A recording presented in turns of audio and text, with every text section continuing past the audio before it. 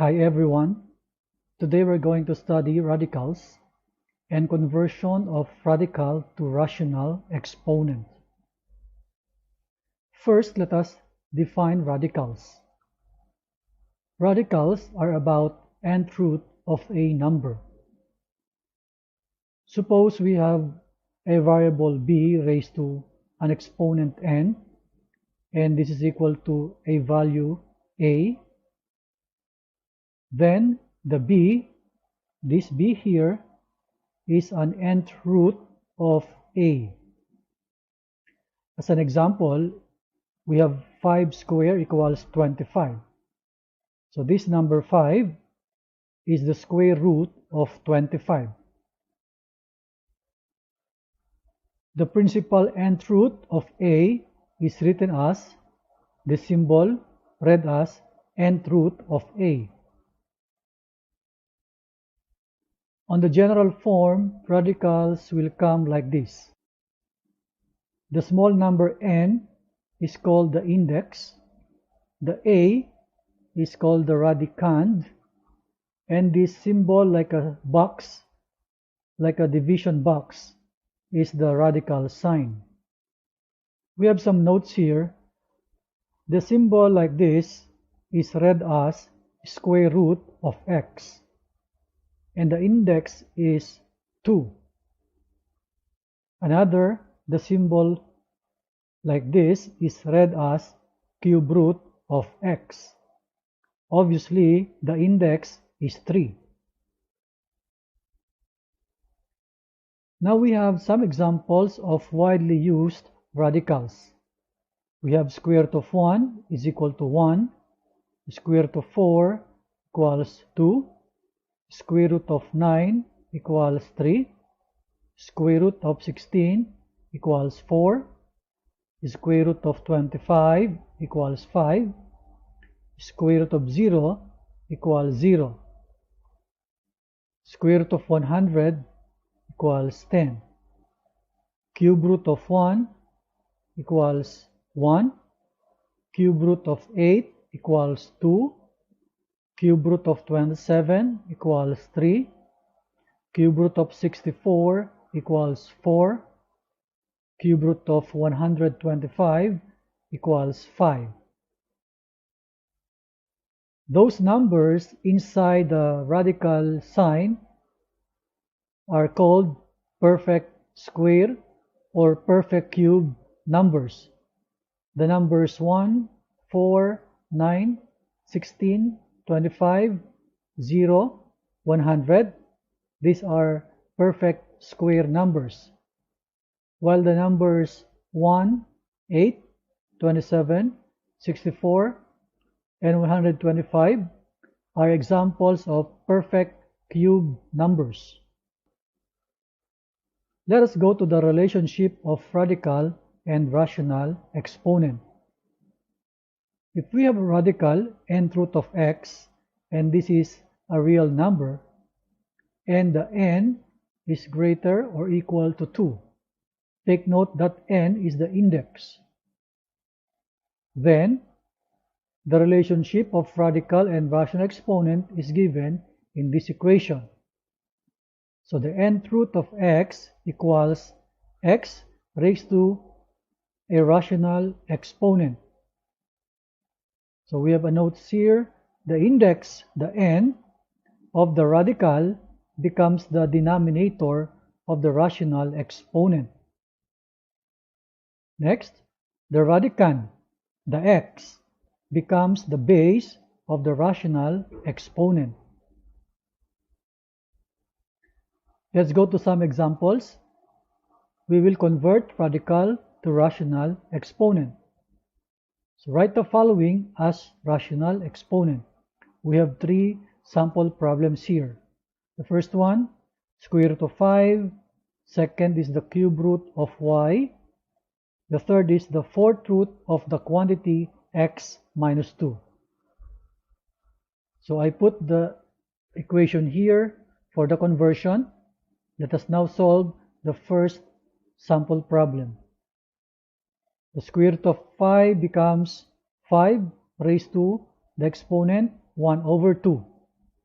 So we simply write the radicand, put it as the base, and then in the exponent we write the number 1 over the denominator.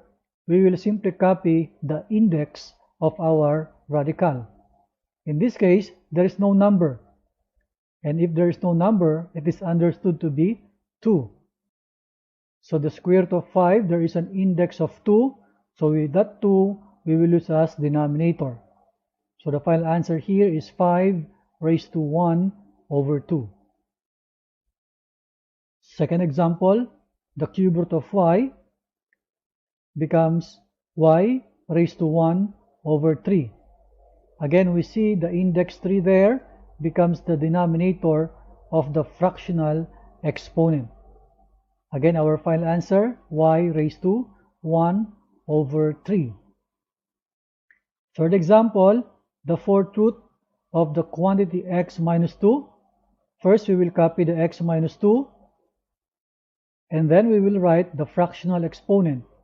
So we write the 1 as the numerator over the index here, the 4, we copy that as the denominator here. So 1 over 4.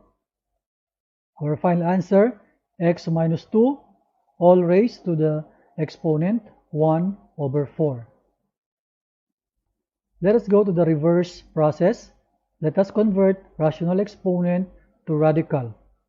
So express the following as radical. We have 3 sample problems here.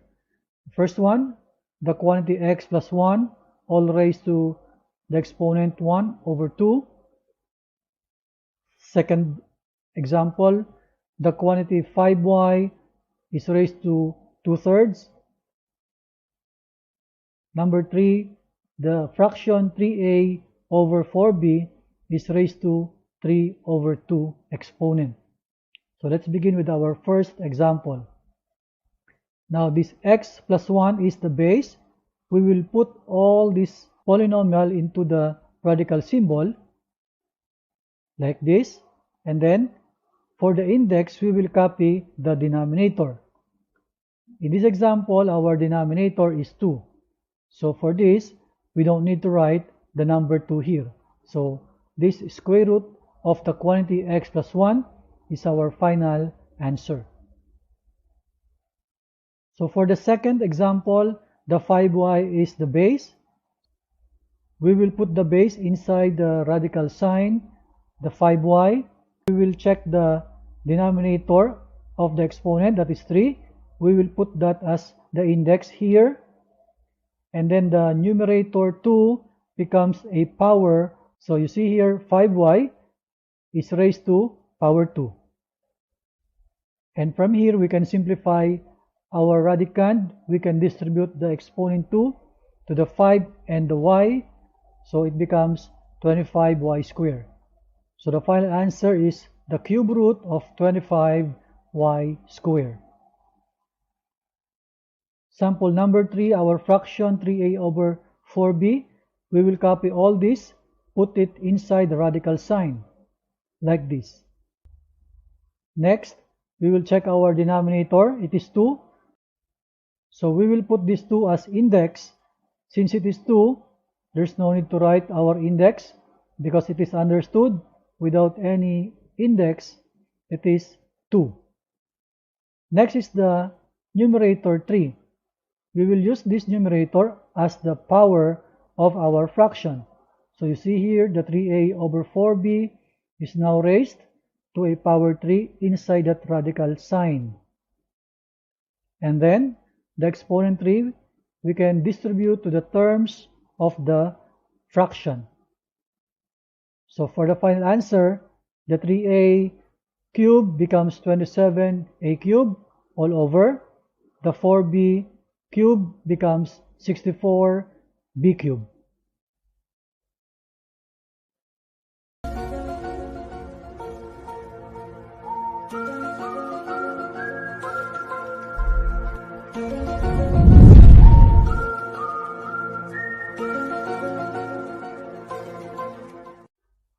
Hi everyone, today we're going to study properties of radicals. First, let us review the general form of radical, and this is the nth root of a. We know that the small n is called the index, and the term inside the radical sign is called radicand.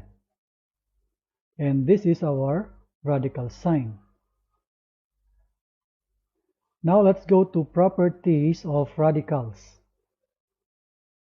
First one is, for a real number a, when n is odd, the radical nth root of a is always real number.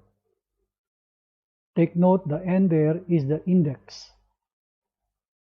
Let's have example, cube root of 20. So the number 20, our radicand is a real number. Our index is an odd number, it is 3. So this cube root of 20 is a real number. Another example is the 7th root of negative 8. First, we know that the negative 8 is a real number, and the index 7 is an odd. So this 7th root of negative 8 is a real number. Let's have the second, when n is even. First, the nth root of a is real if a is greater or equal to 0. It means the radicand a can be 0 or greater than 0.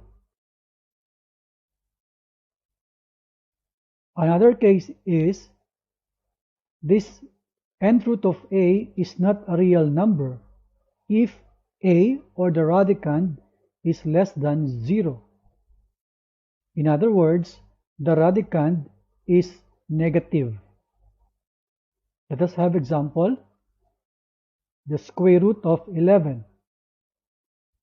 So 11 is a real number. In here, our index is 2. So the square root of 11 is a real number.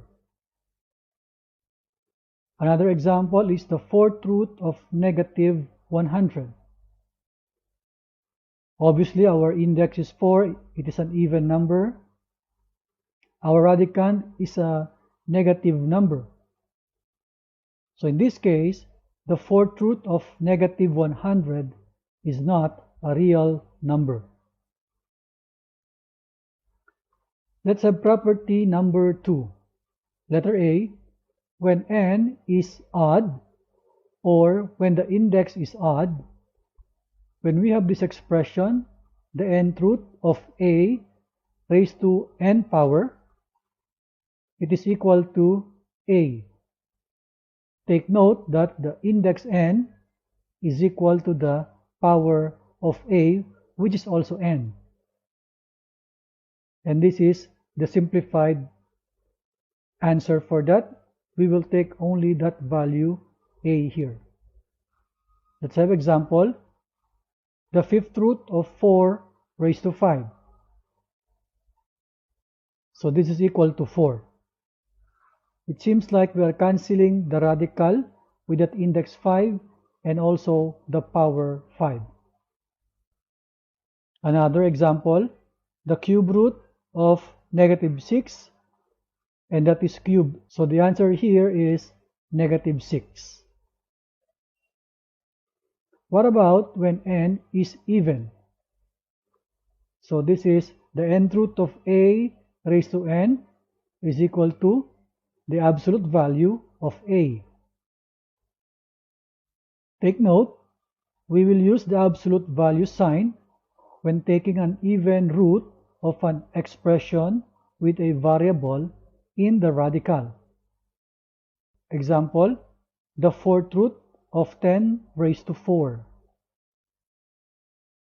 So this is equal to 10. Another example, in here our index is 8 and it is even, and our radicand is raised to 8 power. in here, our answer is 7, positive. Another example is square root of x raised to 6. We can show this to be the square root of x cubed, that is squared. So in here, our index is 2, and there is a power 2 here, and our radicand is the x cubed. So it seems you can cancel the radical sign with that index 2 and the power 2 here. But when we simplify, we will show the absolute value of the x cubed. Let's have the property number 3, simplified radical expression. For a real numbers a and m and an integer n greater or equal to 2. So take note, our a will be used as radicand, the m will be used as a factor of this a, and the n is the index. The nth root of a is considered simplified if a has no factors of the form m raised to n. So a here is our radicand, and the m is a factor of a, but take note, the power of m here is n, and this n is the same index of our radical. So another notes here that this m raised to n is a perfect n factor of a. Another consideration is the m or the base here should be greater or equal to 2. Let's have an example. The square root of 24 is not simplified because 24 has a perfect square factor of 4. So we can still simplify this square root of 24 by simply showing that this 24 has factors of 4 and 6. And the 4, we can show that it is equal to 2 square. And then we can split the radical into these two factors. The square root of 2 square is separated from the square root of 6, and then we show the multiplication symbol. And this expression here, the square root of 2 square, we can simply cancel the radical sign and the power, and then we use the 2 and connected with the square root of 6. So it means the square root of 24 is equal to the value 2 square root of 6. Another example is square root of 10. The square root of 10 is simplified already because there are no perfect square factors in 10. So take note, the square root of 10, our index here is 2. So we are looking for a perfect square factors. Unfortunately, there are no perfect square factors for 10. So this expression is already simplified.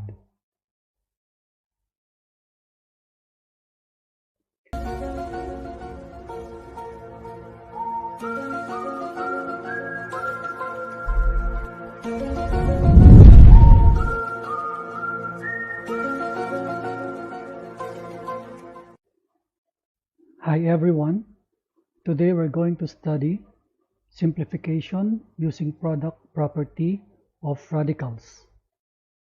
Let us define product property of radicals. Suppose there are two radicals here, the nth root of a and the nth root of b, and these two radicals are real numbers. And the n, and that is the index, is greater or equal to 2 and the index is an integer. Then, if we're going to multiply this nth root of a and the nth root of b, take note that the index are the same. The answer will be that radical with the same index, and we're going to multiply the a and the b. So you see here, the answer is the nth root of ab. This equation here is what we call the product property of radicals. On the other hand, suppose I have a radical here, which is the nth root of a product AB. I can now split the radical into each of the factors, and we shall see here this is equal to the nth root of A times the nth root of B. It's like the reverse of this multiplication or product property of radicals. And this idea here is what we call the simplification rule. Let us see some examples. Example 1, let us simplify square root of 500. So I put the formula here for the simplification rule. The idea is we're going to factor out the radicand or this number in such a way that one factor must be a perfect n number. Our index here is 2, so we're going to find a perfect square factor for this 500. So we have here the square root of the product 100 times 5. And this 100 is a perfect square number. So we're going to apply now our simplification rule. We're going to split the radical into each of the factors. As we see here, we have the square root of 100 times the square root of 5. Then we shall show that this 100 is equal to 10 squared. The next step, we're going to cancel the radical and the power 2. So the 10, the radicand itself will come down without the radical and also without the power 2, and then times the square root of 5. So in here, we just simply combine the two numbers, the 10 and the square root of 5, and this is our final answer. Let's have example 2. The cube root of 24x raised to 7. For the numerical coefficient, we will factor out this 24 in such a way that one factor must be a perfect n number. For the variable whose exponent is greater than the index, so in here our exponent of the variable is 7 and our index is 3. So the 7, the exponent is greater than the index. We're going to factor out this variable in such a way that one factor has exponent with highest multiple of n, highest multiple of the index. So as we see here, the number 24 is factored out into 8 times 3, and this 8 is our perfect cube number. Take note that our index here is 3. For the x raised to 7, we factor it out into x raised to 6 times the x. So the power 6 here is the highest multiple of the index 3. Next, we're going to split the radical into each factors of our radicand.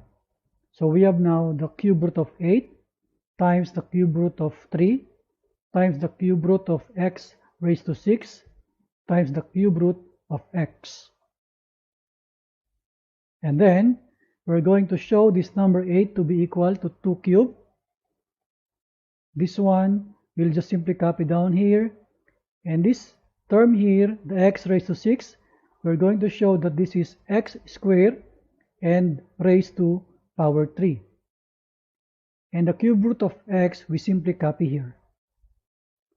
The next step is, for this term we're going to cancel the radical with that index 3, also the power 3.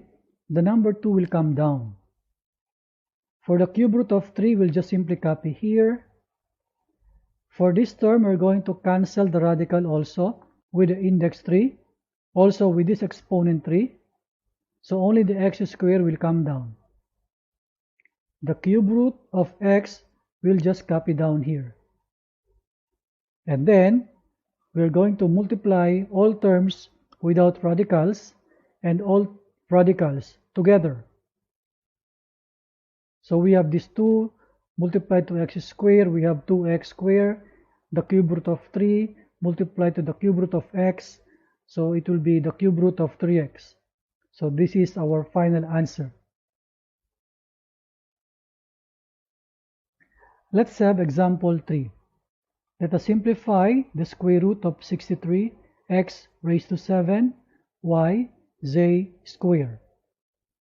As per our rule, for the numerical coefficient, we're going to factor out such that at least one factor must be a perfect n number. So our index here is 2, so we're looking for a perfect square factor for this 63. And for the variables with exponent greater than the index, in here only the x has the exponent greater than the index. So we're going to factor x in such a way one factor has an exponent that is the highest multiple for the n, highest multiple for the index, and that is 2. So what will happen is, for the 63, we are going to have the factors 9 times 7. So the 9 is our perfect square factor. For the x raised to 7, we're going to factor it out into x raised to 6 times x. So this 6 here, exponent, is the highest multiple of the index 2. For the y, the exponent is 1, we'll just simply copy. For z squared, the exponent and the index here are equal, so we'll just copy that. There's no change. And then we're going to distribute now this radical sign to each term inside this big radical. So we have now the square root of 9 times the square root of 7 times the square root of x raised to 6 times the square root of x times the square root of y times the square root of z squared. Then we will show that this square root of 9 is equal to 3 squared. Now look at this square root of x raised to 6. We're going to show that this is equal to x cubed, and again raised to 2. Cancel the radical now and the power 2. So the number 3 will come down. The square root of 7 will just copy. In here we will also cancel the radical sign and also the power 2. So x cubed will come down. The square root of x will just copy. The square root of y will also copy.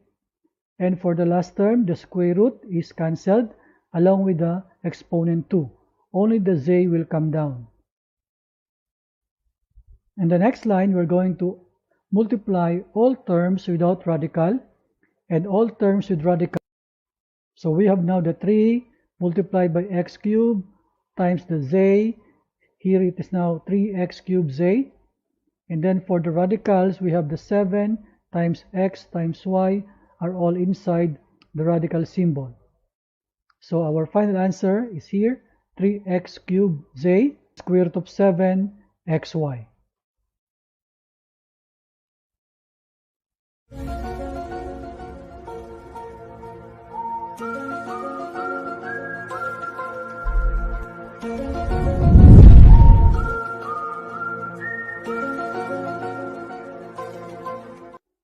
Hi everyone, today we're going to study simplification using quotient property.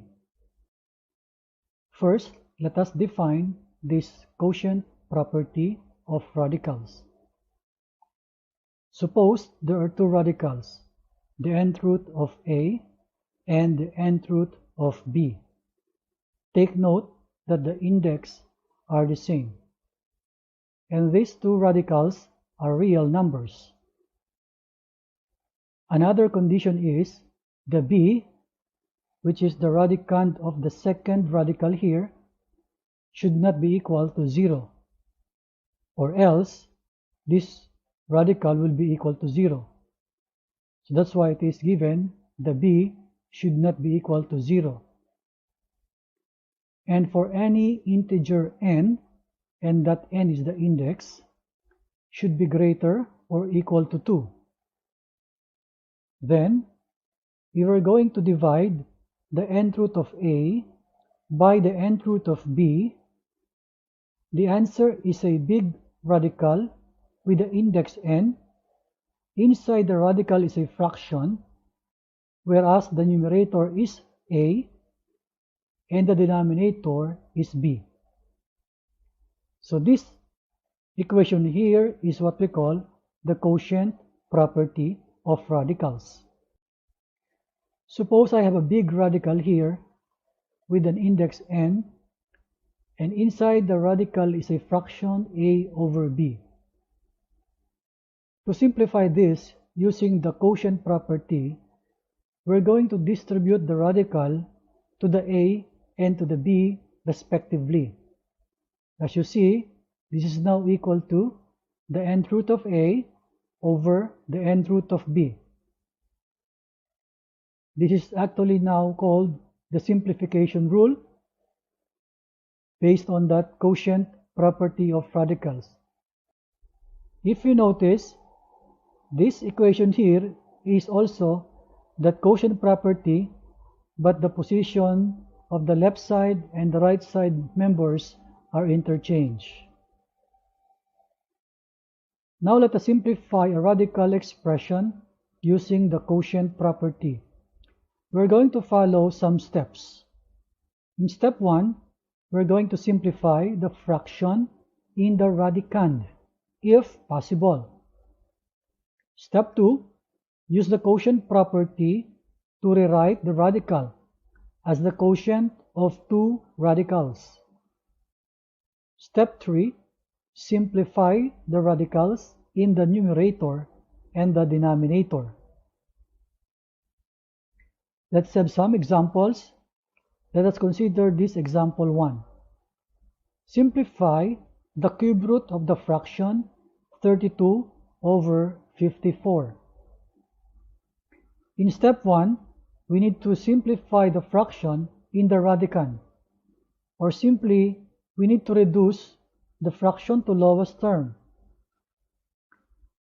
You see the 32 is factored out into 2 times 16, and the 54 is factored out into 2 times 27, and then the number 2 in the numerator and in the denominator is there. It's common that we can cancel.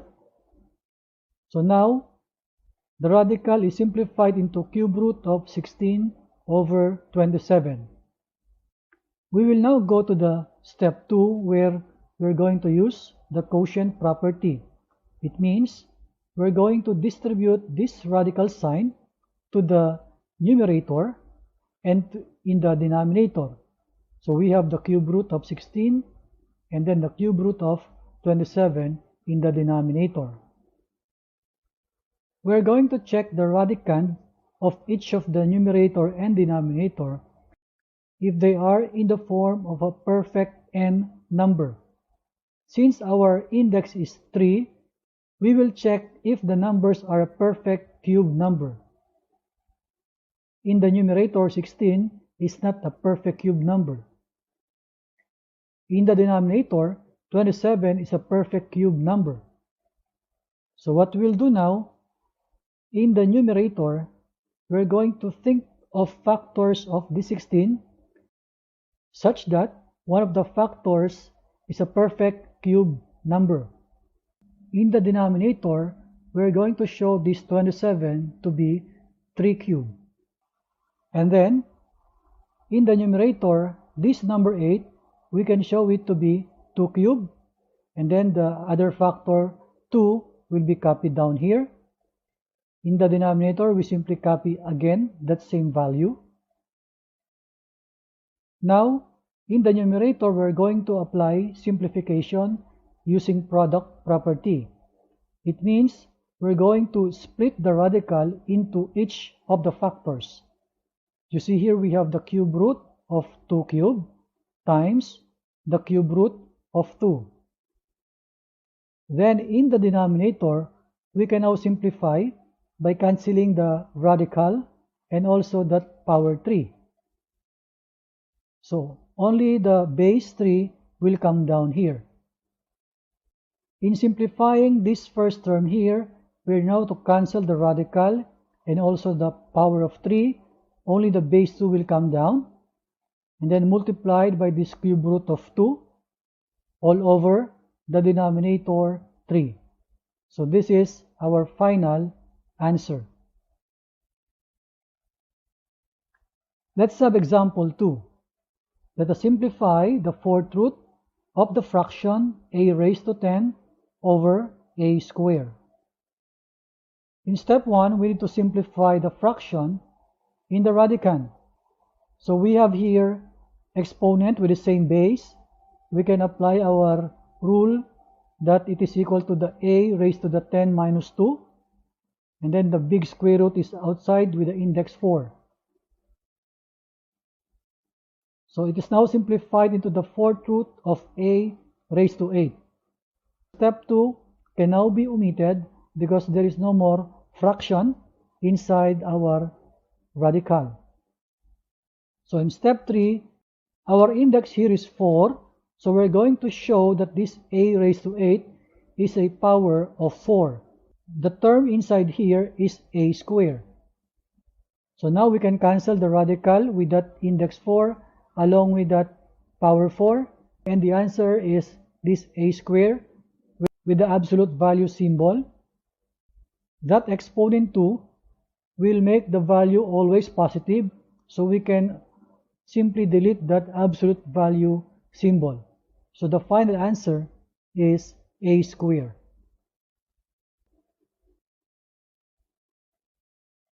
Let's have example 3. Let us simplify this big radical, and inside is a fraction. The numerator is 18 p raised to 5 q raised to 7 all over 32p q squared. In step 1, we need to simplify the fraction. In here, we're going to group the numbers. We're going to group the variable p. We're going to group the variable q. So for the numbers, we're going to reduce to lowest term. So the 18 is now factored out into 2 times 9. The 32 is factored out into 2 times 16. As we can see, the factor 2 is common. Later on, we can cancel that. For the p, there is an exponent of 5 in the numerator. There is p in the denominator with exponent 1. So we can show that this is p raised to the difference of 5 minus 1. And for the q, we have in here q raised to 7 in the numerator. We have q squared in the denominator. So we can combine them by putting q raised to the difference of 7 minus 2.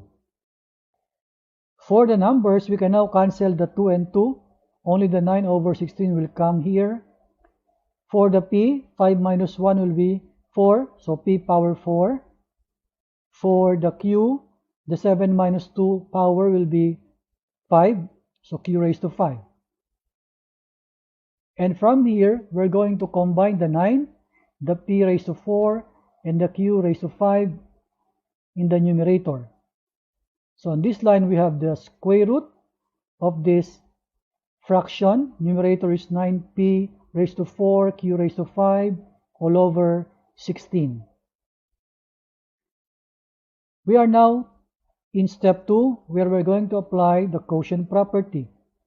It means we're going to distribute this radical sign to the numerator and to the denominator. The next is, in the numerator, we're going to distribute the radical to each of the factors here.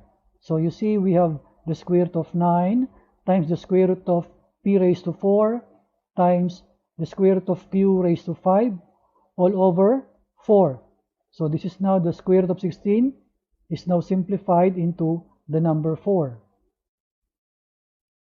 The next is, we're going to simplify further the numerator.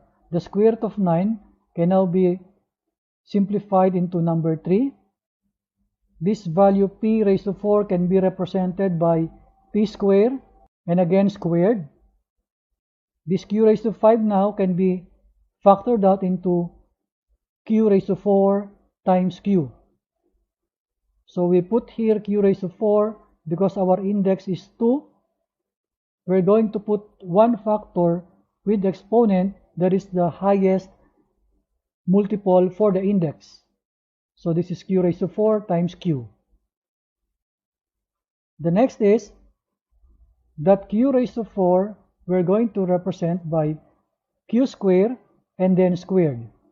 And then this times q, just copy. Next, we're going to split now the radical to the factors. Actually, that is simplification by product property. We have now here the square root of this q squared and then squared times the square root of q. The next is we're going to cancel now some terms that can be cancelled. So in this answer, the 3 we copied here. For the second term, we cancel the radical with the power 2. And then only the p squared will come here in the final answer. We cancel the radical, also that power 2. Only the q squared will come here. Next is this square root of q we include in the numerator. And then all over 4. So this is our final answer.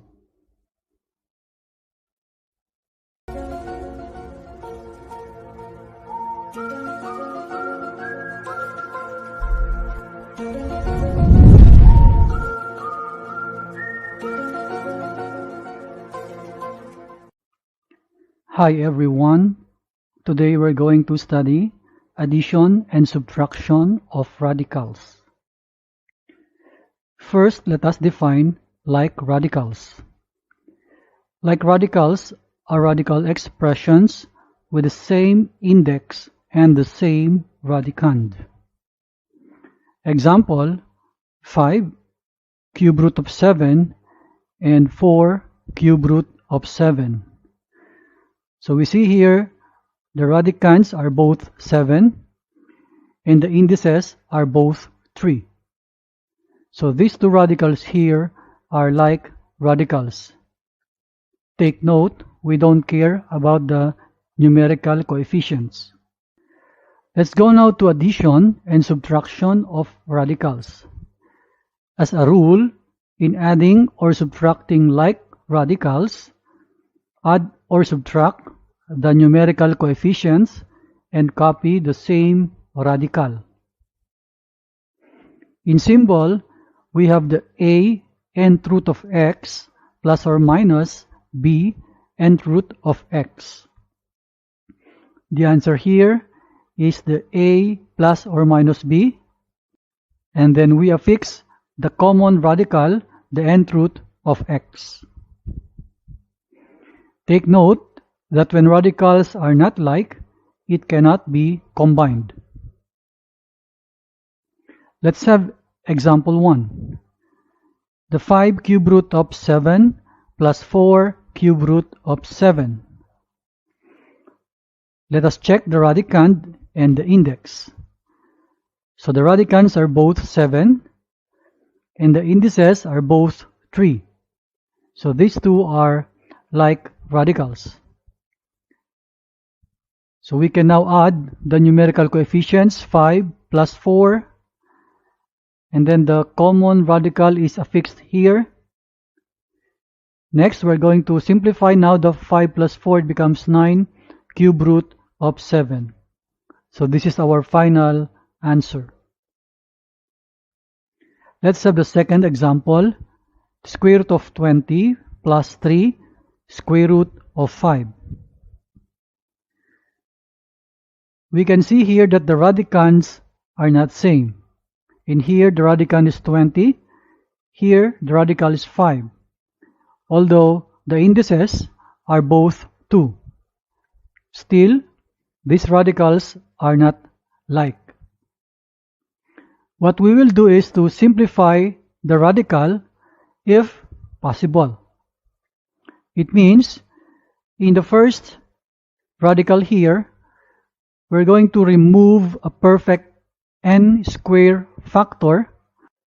Then later on the simplified form, we will check again if this radical square root of 20 becomes like with the other radical.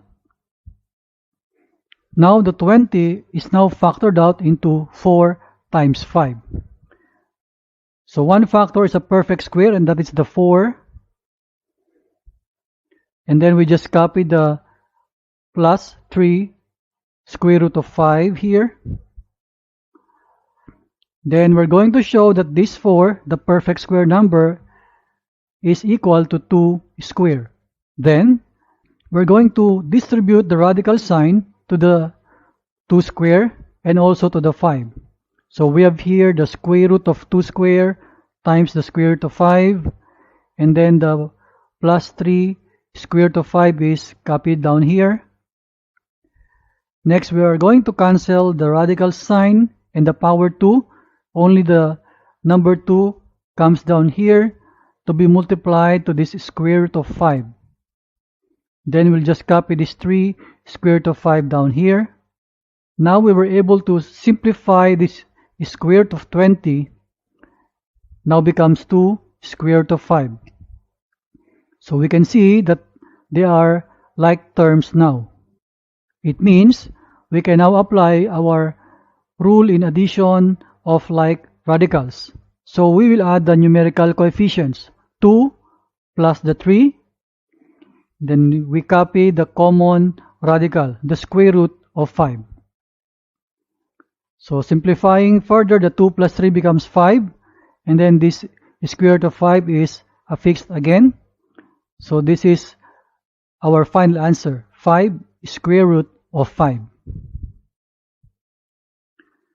Example 3, the square root of 32x raised to 7 minus the square root of 50x cubed. Obviously, our radicals are not like. The radicands are not the same. So what we'll do is to simplify both radicals. We're going to factor out the radicands of each of these radicals. So we will be guided by this principle. For the number, one factor must be a perfect square. Since our index here is 2, so we're looking for a factor that is a perfect square. It means, in other problem, if your index is a cube root, you must look for a perfect cube factor. In the first radical, the number 32 is factored out into 16 and 2. For the variable x raised to 7, there is a clue here how to factor out that variable.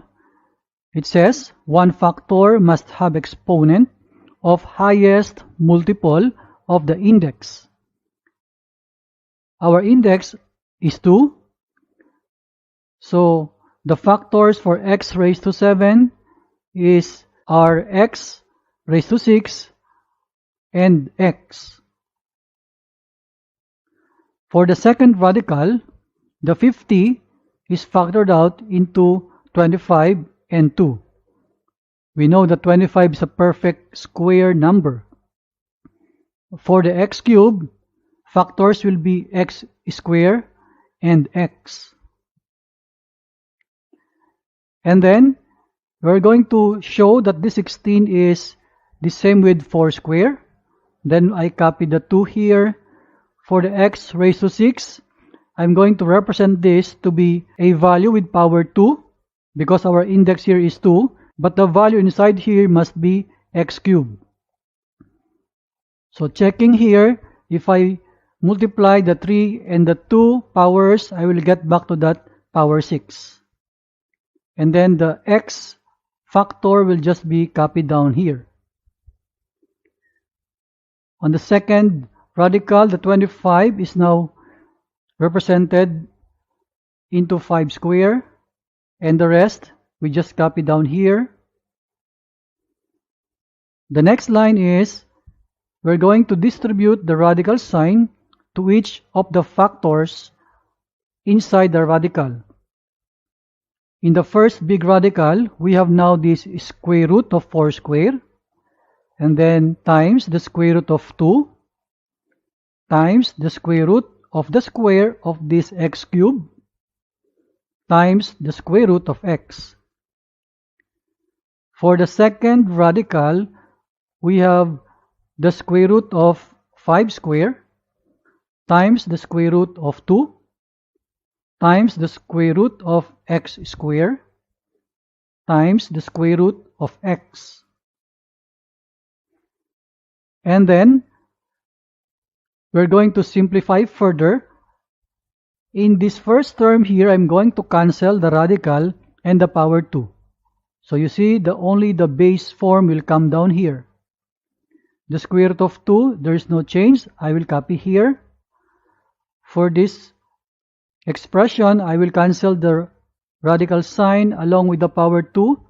Only x cubed will come down. For the square root of x, there is no change. Then minus. For the second group, for the first term, I'm going to cancel the radical sign with the power 2. Only the base 5 will come down. The square root of 2, we just copy down here. For this expression, I'm going to cancel the radical along with the power 2. Only the x comes down. And the square root of x, there is no change. I will copy down here. So the next step is we're going to multiply all terms with no radicals, and we will multiply terms with radicals. So the 4 will be multiplied to the x cubed, the square root of 2 times the square root of x. So we will have this 4x cubed square root of 2x, and then minus 5 times x will be 5x, and then the square root of 2 times the square root of x will be square root of 2x. Now on this line, we can now observe that we have like radical. It means we can now apply our rule of subtraction of like radicals. So we're going to add the coefficients of the radicals. In the first group, we have the 4x cubed as the coefficient, and then minus. In the second group, the coefficient of the radical is 5x. So we'll now put them together, the 4x cubed, and then minus the 5x. Then we will copy the radical, the square root of 2x. We cannot combine this 4x cubed minus 5x because they are not like terms. So we'll just keep it as it is. So this expression, the quantity 4x cubed minus 5x times the radical square root of 2x is the final answer.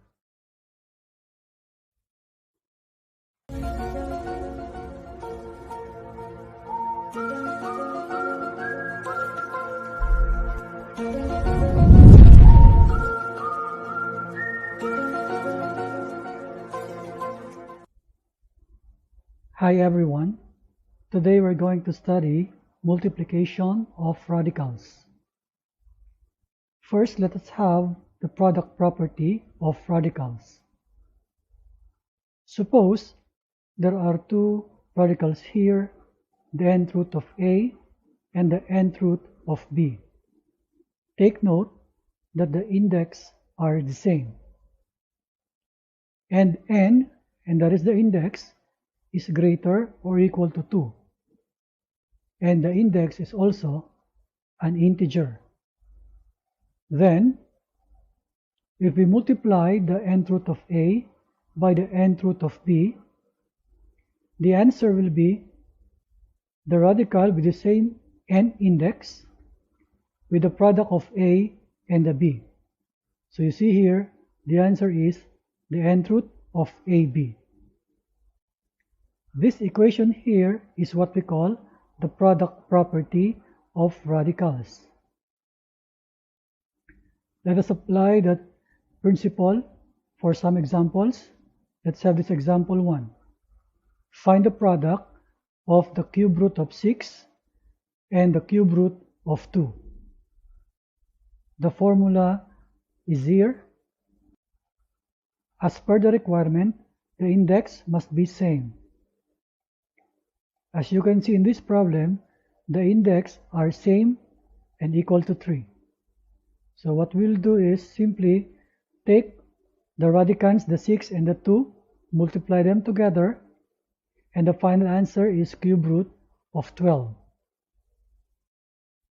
Let's have example 2.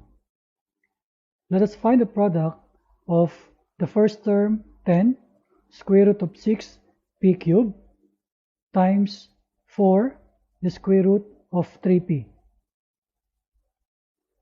I put the formula here on this side, and there is a rule. We will multiply the numerical coefficients and multiply the radicals respectively. So in here I multiply the 10 and the 4, and that is 40. And for the radicals, I must check first if the index are same. So both are square roots, so we have the same index of 2. So we are to multiply now the radicands. So the 6 is multiplied to the 3 becomes 18. The p cubed times the p equals p raised to 4. So this is our answer. But I observe our radical here can still be simplified. So what we'll do, we're going to factor out 18 into two numbers such that one must be a perfect square. So that is 9 times 2. The number 9 is the perfect square number. For the p raised to 4, we're going to show that this is p squared and again squared. After that, we're going to distribute the radical to each of the terms inside the radical symbol. So we have now, first the 40 I copied here, times the square root of 9, times the square root of 2, times the square root of that p squared and again squared. The next is, we will show that 9 to be a 3 square value. And then, we are now to simplify further. I copy first the 40. On this term, I cancel the radical along with that power 2. So only the base 3 will come down. For the square root of 2, we simply copy here. For this term, we cancel the radical along with that power 2. So only the base p squared will come down here. So on this point, we're going to combine all terms that are not inside the radical symbol. So this 40 will multiply to 3, also multiply to the p squared. So it becomes 120 p squared, and also the square root of 2 will be copied here. So this is our final answer. Let's have example 3. There are two binomials with radicals that we will multiply. The first group is 3 square root of 2 minus the square root of 5. The second binomial, the square root of 2 plus 4 square root of 5. As per the rule, we will multiply each term of the multiplicand to each term of the multiplier. So the first group is the multiplicand, the second group is the multiplier. So if I'm going to take the first term, I'm going to multiply this to the two terms of the other group. After that, I will take this second term of the first group, then multiply to all the terms of the second group. So let's start with the first term. The 3 square root of 2 is multiplied to this square root of 2. We will get this 3 square root of 4. Next, the 3 square root of 2 times 4 square root of 5. We will get this 12 square root of 10. Now for the second term, I will multiply this negative square root of 5 to square root of 2. I will get this negative square root of 10. The negative square root of 5 times 4 square root of 5 will have this negative 4 square root of 25. Then let us simplify the first term. The square root of 4 will be 2. Later on we will multiply to the 3. So the second term we copy also here, the third term also. For the fourth term, we can simplify this square root of 25 to be 5. Then later on, we will multiply to the number 4. On the next line, now is the product. The 3 times 2 is now showing as 6. Then for these two terms, they are like terms. They have the same radicals, same index, and also same radicand. So we can combine them. We will only combine the numerical coefficient. So this is positive 12 and this is negative 1. So it becomes positive 11. And then copy the same radical, square root of 10. Then minus the product of 4 times 5 is 20. And in here we can combine the 6 and the negative 20 to be negative 14. Then we will copy this radical down here, plus 11 square root of 10. So this is our final answer.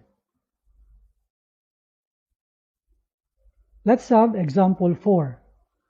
This is now the square of the quantity 4 minus 2 square root of 5. We can expand this binomial here to be 4 minus 2 square root of 5 times 4 minus 2 square root of 5.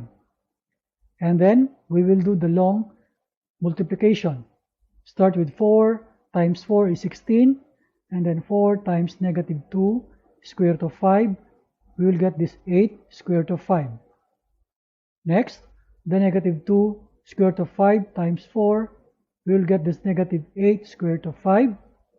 And then negative 2 square root of 5 times negative 2 square root of 5. We will get this 4 square root of 25. And then we will simplify this square root of 25 to be 5. In the second term and the third term, we can see that they are the same radical. It means we have radicals of the same index and the same radicand. In that case, we can combine these two radicals in the middle. So in the third line, we have this 16 here, and then combining these two terms, we have this negative 16 square root of 5, and then plus the product of 4 and 5 is 20. So we can now add the 16 and the 20, it becomes 36. Then we simply copy this negative 16 square root of 5. So this is our final answer. There is another solution using a special product formula. So what I will do, I'm going to solve this same problem using the special product. First, I'm going to clear the board and then put the final answer on this side, the 36 minus 16 square root of 5. And I'm going to use the special product, the square of difference of two terms. In the answer, we will have 3 terms.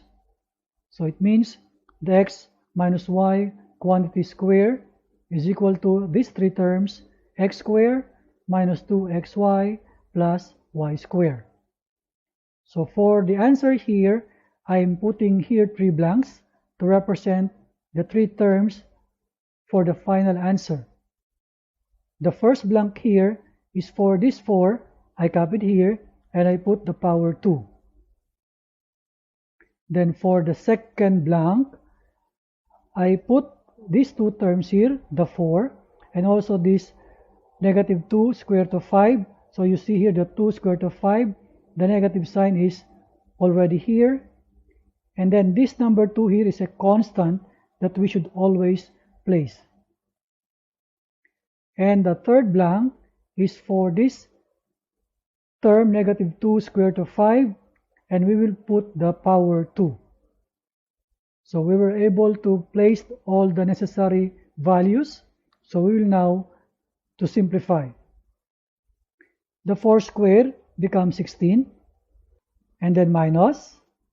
Then the product of these 3 terms, 2 times 4 times 2 square root of 5, we will get the 16 square root of 5. And then plus, we're going to square this term. Because of the square, the negative sign will go away.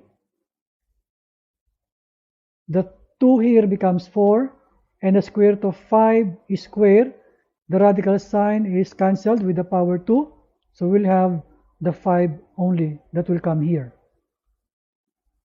Then we will simplify, the 16 comes down, then minus 16 square root of 5, multiplying 4 and 5 becomes 20. Then we will combine the 16 and 20, so this answer here is the same with our answer a while ago when we solved this using the long method of multiplication.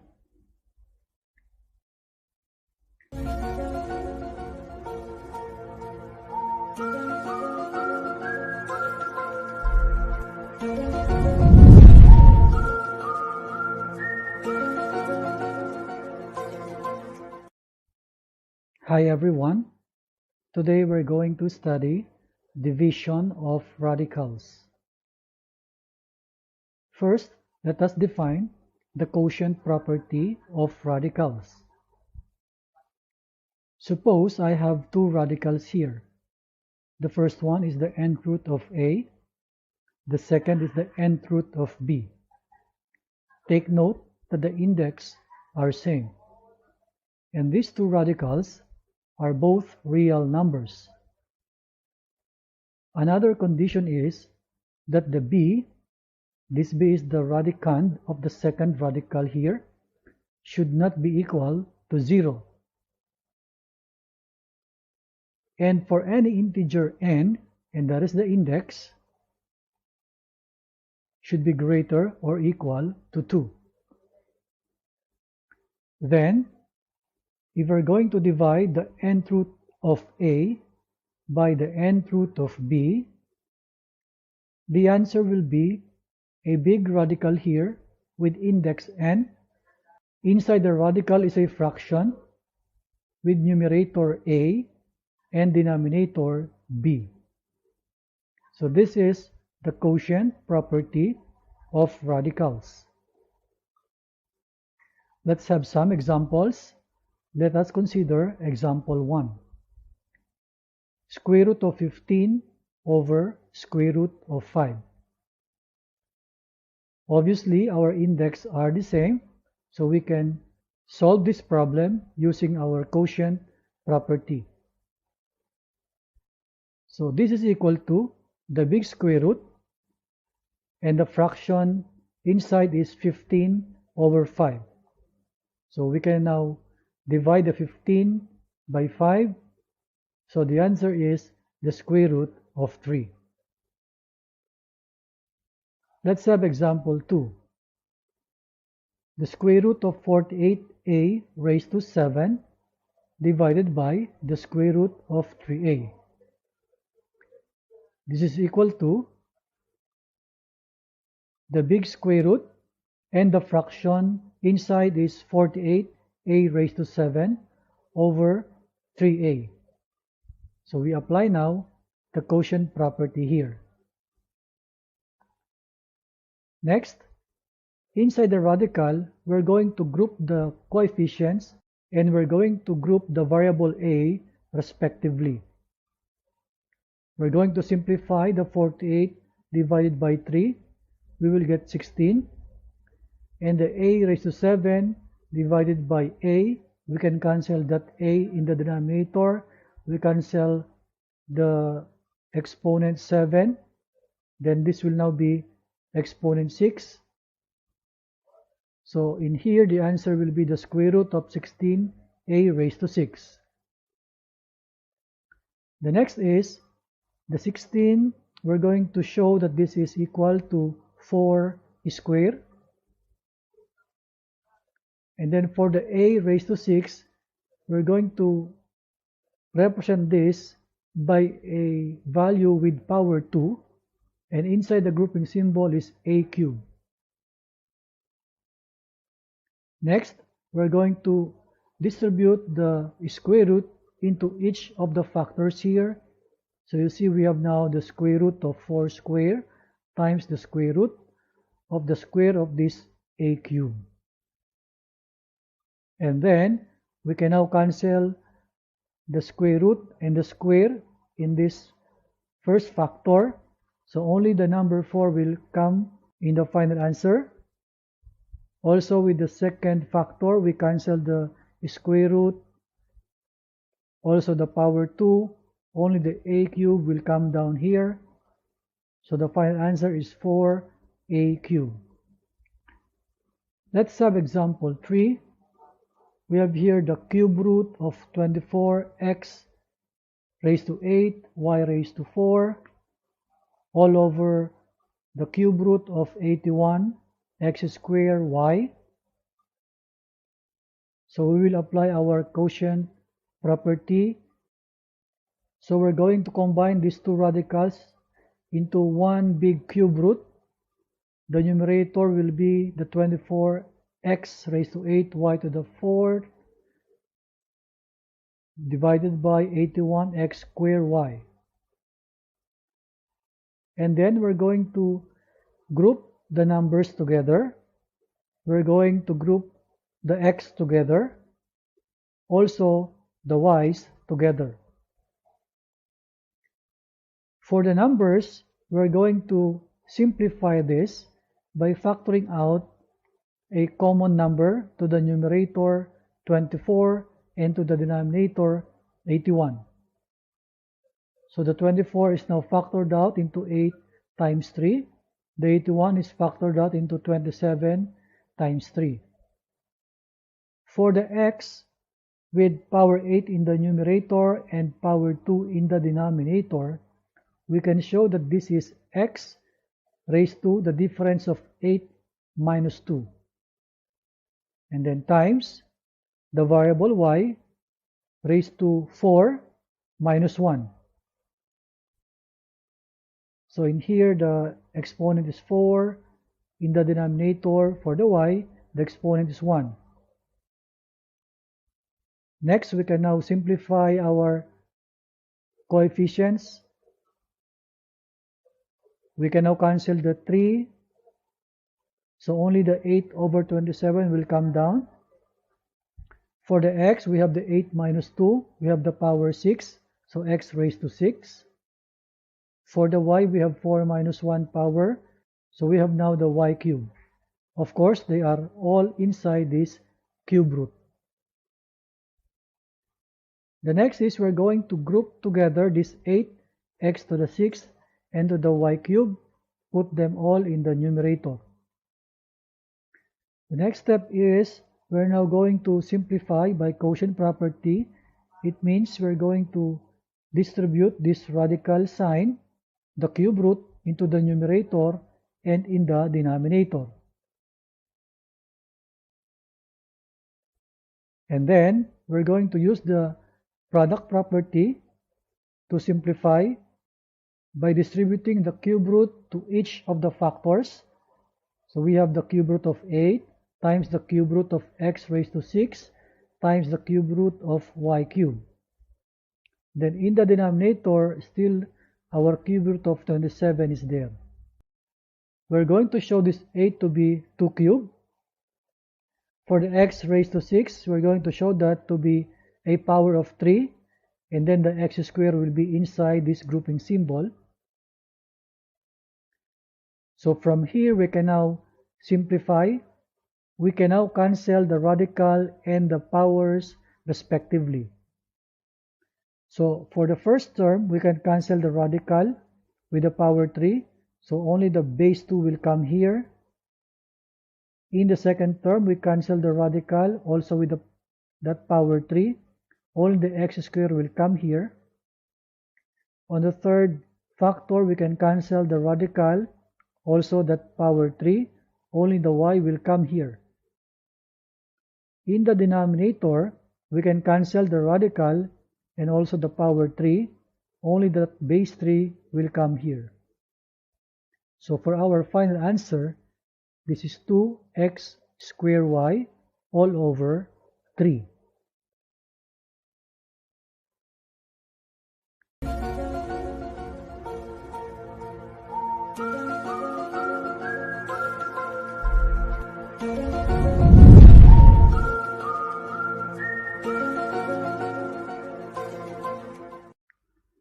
Hi everyone, today we're going to study how to rationalize the denominator. First, let us define simplified radical expressions. A radical expression is considered simplified if there is, number 1, no factor in the radicand having perfect powers of the index. Example here is square root of 20.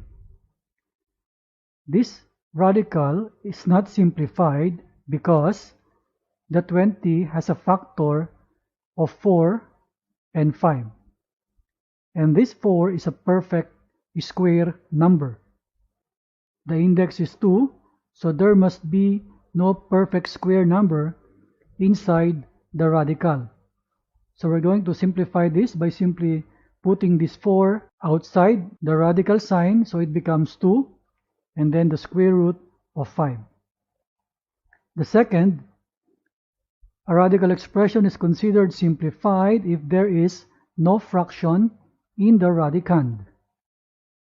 Let's have example, the square root of the fraction 6 over 3. So when we divide the 6 by 3, so we'll get this square root of 2. So this is now the simplified form. A radical expression is considered simplified if there is no radical in the denominator. Example is 3 over the square root of 6x. As we can see here, we have a radical in the denominator. And this is the topic of our today's video. How do we rationalize the denominator? Rationalizing the denominator is the process of converting a fraction with a radical in the denominator to an equivalent fraction whose denominator is an integer. Let's have example 1. Rationalize the fraction 3 over the square root of 6x. In here, we're going to use the property when we have the nth root of a and this radical is squared. This is simplified into a. So let's go to our problem here. The step is we're going to multiply this by a value equal to 1. So we know that any number multiplied by 1 will not change the value of the original expression. The next is, we're going to show that this one is a fraction. Please remember that our goal here is to remove this radical in this denominator. So there is a clue that we will multiply the square root by itself. It means in this denominator, we're going to use that same value of the square root of 6x. And for the numerator, we're going to copy that same denominator. So this is square root of 6x over the square root of 6x is a value that is equal to 1. Then let us proceed. We're going to multiply this 3 by this square root of 6x. We'll just combine them here. And multiplying this square root of 6x by itself, we will get this value, the square of this quantity, square root of 6x. And then on the next step, we can now use the idea of this property. We can now cancel that square root and the power 2. So this is now 6x in the denominator. In the numerator, we'll just copy that same value, 3 square root of 6x. But we can see here that the numbers 3 and the 6 can still be simplified. We can cancel the 3 and the 6. So the 3 becomes 1, the 6 becomes 2. So in the denominator, it becomes 2x. In the numerator, it is 1, but that number 1, we will not write it anymore. So only the square root of 6x comes here. So our final answer, the square root of 6x over 2x. Let's have example 2. Rationalize the fraction 5 over the binomial 2 minus the square root of 3. So for this binomial, our aim is to remove the radical in the denominator. We're going to use the product of conjugate pattern. What does it mean? When we have the x plus y multiplied by the x minus y, these two binomials here are conjugate of one another. To explain further, the conjugate of x plus y is the x minus y and vice versa. And this is one of our special product that when we multiply, the answer will be the square of the first term, then minus the square of the second term. So let us proceed with our solution. Our first step is to show that we are going to multiply this fraction by a value equal to 1. And this value equal to 1 is a fraction. And then we're going to think of our numerator and denominator here. For the denominator, we're going to multiply this value by its conjugate. We simply copy that same first term 2, we copy that second term, the square root of 3, but the minus here, we're going to put the opposite sign, plus. In some problems, it may happen that this is positive, so you must write negative. The next is the numerator. We'll just simply copy the conjugate value. So when this numerator and denominator are equal, this value is equal to 1. So it's not changing the value of our original fraction. The next is, we're going to multiply now the numerator by numerator, denominator by denominator. In the numerator, the number 5 is multiplied to the binomial. We'll just put them together. The 5 times the 2 plus the square root of 3. In the denominator, we're going to apply now our special product. So the first term 2 is now copied and then raised to 2. Then minus the square root of 3 is copied and also raised to 2. In the next line, we're going to simplify our denominator. So it means the numerator we simply copy here. In the denominator, the 2 square becomes 4, and then minus the radical will be cancelled along with that power 2. Only the radicand 3 will come down here. So this is 4 minus 3. So when we simplify further, the 4 minus 3 becomes 1. And the same denominator is here. And for the final answer, we simply remove that denominator 1. So this is our final answer.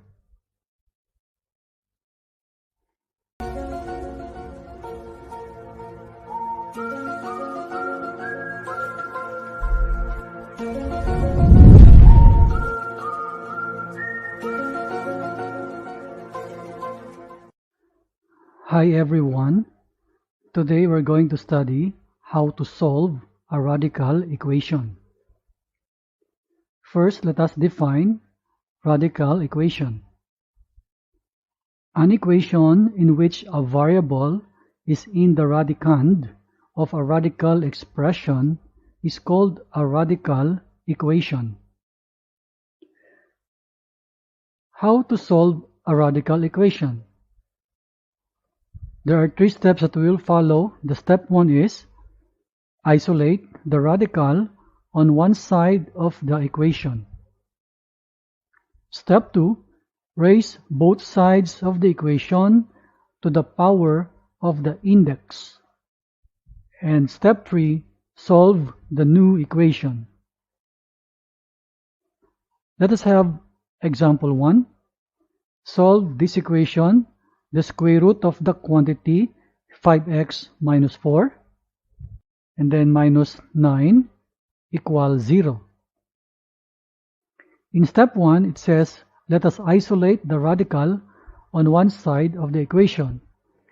So let us isolate this big radical. We want this negative 9 to be deleted. So what we'll do is to add 9 to both sides of the equation. So we can cancel the negative 9 and the positive 9 on this left side. And on the right side, 0 plus 9 will only be 0. So on the left side, the radical is now isolated. We'll go to the step 2. Raise both sides of the equation to the power of the index. In our radical, our index here is 2. So we are going to raise both sides of the equation by 2. We can now cancel the radical and the power 2 here. The 5x minus 4 will be simplified. And on the right side, the 9 square is equal to 81. From here, we'll go to the step 3. Solve the new equation. We're going to solve for x. We're going to add 4 to both sides of the equation. On the left side, the negative 4 will be cancelled out. And on the right side, the plus 4 will be reflected. Now we have 5x equals 85. And we want to get the value of x. Let us divide both sides by 5. So then we can now cancel the 5 and the 5. The x will come down here. And the 85 divided by 5 is 17. So this is our final answer. Let's have example 2. Solve the equation, the cube root of the quantity 5x plus 1, then plus 8 equals 4. Let's have the step 1 to isolate the radical on one side. So we have a big radical here, and then plus 8. We want this positive 8 to be out, so we're going to add negative 8 to both sides. In effect, the positive 8 on the left side of the equation will be deleted, and on the right side, the negative 8 is reflected. So let us simplify this into negative 4. Now we are able to isolate our big radical on the left side. We'll go now to our step 2 to raise both sides of the equation to the power of the index. Our index here is 3. So we're going to raise both sides by a power of 3. Then cancel the big radical sign along with that power 3. Only the 5x plus 1 comes down here. And on the right side, the negative 4 cubed is simplified into negative 64. So we're going to solve for the new equation, solving for x now. The positive 1, we're going to transpose on the other side. So the negative 1 is there. Or we say we add negative 1 to both sides. On the left side, the positive 1 here cancels out. On the right side, the negative 1 is reflected. Then we simplify this negative 64 minus 1. We have this negative 65. And then we're going to divide both sides by 5 so that we will isolate the x. So when we cancel the 5 and the 5 on the left side, only x comes down. Then the negative 65 divided by 5 is negative 13. So this is our final answer. So let us go to example 3. Solve the equation. Step 1. Isolate the radical on one side of the equation. In here, the radical is isolated already, so we will jump into the step 2. We're going to raise both sides of the equation to the power of the index. The index here is 4, so we're going to raise both sides of the equation by power 4. So the fourth root of the quantity 5x minus 4 is now raised to 4, and on the right side the 1 is raised to 4. And then on the left side we can cancel now the big radical sign along with that exponent 4. The radicand 5x minus 4 comes down here. On the right side, the 1 raised to 4 is equal to 1. Then we will go to step 3 to solve the new equation. Means we're going to solve for x. The negative 4 should be cancelled out by adding 4 to both sides. So adding 4 on the left side will cancel the negative 4. On the right side, when we add 4, it will be reflected here. So 1 plus 4. And then simplifying the 1 plus 4, we'll have the 5. And then we're going to divide the equation by the coefficient of x, which is 5. So 5x over 5 is equal to 5 over 5. So we cancel this 5 and 5. Only x will come down here. On the right side, 5 divided by 5 equals 1. So this is our final answer. Thank you for watching. See you again next time.